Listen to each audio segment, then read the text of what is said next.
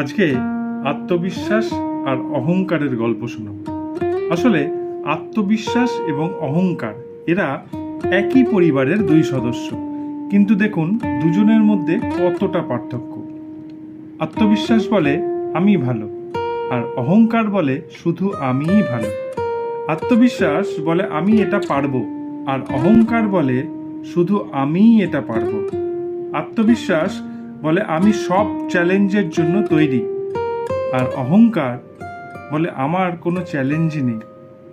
আত্মবিশ্বাস বলে আমি ভয় পাই না, আর অহংকার বলে আমাকে কেউ ভয় দেখাতে পারবে না।